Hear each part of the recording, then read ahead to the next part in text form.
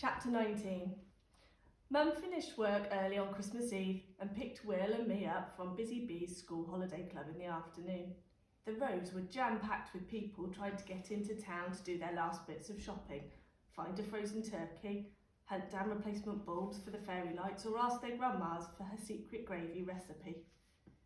The view outside the car window was of the gloom that came with an early setting sun, a watery blur of headlights, Christmas tree decorations and flashing signs in shop windows.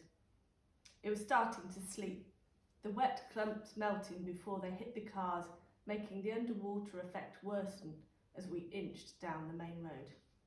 "Are you excited for tomorrow?" Mum asked as we finally pulled off onto one of the quieter side roads. "Definitely," Will said without hesitation. "I'm going to eat 1,000,000 vegan pigs in blankets." "They're nice. I need to peel some veg when we get in to save time tomorrow," Mum sighed. "Christmas is all preparation when you're an adult, and I've always done it on my own." "Isn't Nick helping with the cooking prep this year?" I asked. Mum gripped the steering wheel. "No, he's busy. He's got to work." Will gave me a sneaky prod. "On Christmas Eve?" he asked normally, innocently. "Animals need looking after every day of the year, William," Mum said, a little tersely. "Well, yeah, but after he's tucked them in, he'll come over, right?" Will persisted. "This morning, he said he'd join our Christmas Eve movie night." "He's not going to be able to make it anymore." Mum pulled the car into the driveway. Will opened his mouth again, but Mum spoke before he could. "Just leave it, Will." Her face looked very tense in the rearview mirror, like she was trying not to cry. "Mum?" I asked, unbuckling myself and coming to pat her shoulder. "Mum, are you and Nick?" "We'll be all right," she said, falsely cheery as she put her hand on top of mine. "Nothing to worry about. Now, who wants a mince pie?" She let herself out of the car. Will gave me a look. That man had better be Santa, because if he's making Mum upset for no reason, I'm going to put custard in his Wellington boots. Mum peeled the sprouts in the living room with the plastic bowl between her knees as we all sat and watched quiz shows, Christmas specials on TV. The sleet outside had given way to a light powdery snow that didn't settle. It swirled around the pavements like tiny white marbles, skidding together in clumps. Mum's phone went ping.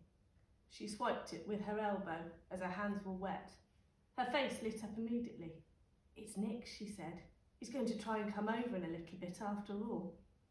"That's nice," I said, wondering how Nick was going to manage calling into our house and getting to the North Pole all in one evening. Still, Mum seemed much cheerier after the text and sang Christmas carols under her breath as she cut little crosses in the bottom of the sprouts. Once the veggies were peeled, Will and Mum set about putting together the Christmas Eve tea. No one ever felt like a big meal after grazing constantly on nuts and chocolate all day. So our Christmas Eve tea was always a glorified picnic. Little sandwiches shaped like trees, fruit, falafels and hummus, and carrot sticks to nibble on. We'd eat it on the floor of the living room watching the Muppets Christmas Carol. I glanced at the Christmas tree. Underneath were a few boxes of biscuits and chocolates Mum had received as gifts from people she worked with, as well as a few small presents between me, Will, Mum, like they were every year. A special present each for me and Will would always appear during the night from Father Christmas. But with Nick on his way over, I figured this year we might get one a little earlier. The pathetic bits of snow coming down outside crackled against the window. "What time's Nick coming?" Will asked, as the second ghost made his appearance during the film. "Oh, probably soon," Mum said, checking her phone. "He must be finishing up with the deer by now." Will bit noisily into a breadstick, his dislike of the situation coming through in the loud crunches.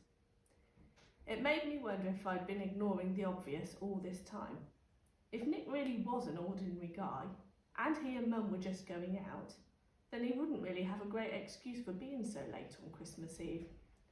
And maybe, I realised with a sinking feeling, even after all the Santa-shaped mysteries and clues and theories, that was what was really going on. It was easier to believe Nick was Santa Claus than it was to admit that he was just a normal man who turned up at the most special time of year for our family of 3. If he was Santa, then he wasn't some irresponsible guy who let his reindeer escape because his reindeer could fly. If he was magical, then no wonder he was late. He was probably having to fix lots of kids' broken toys, not only Will's. If he was Father Christmas, we could excuse him for being so busy on Christmas Eve because he really would have other things to do. If he wasn't, well, he was just letting my mum down.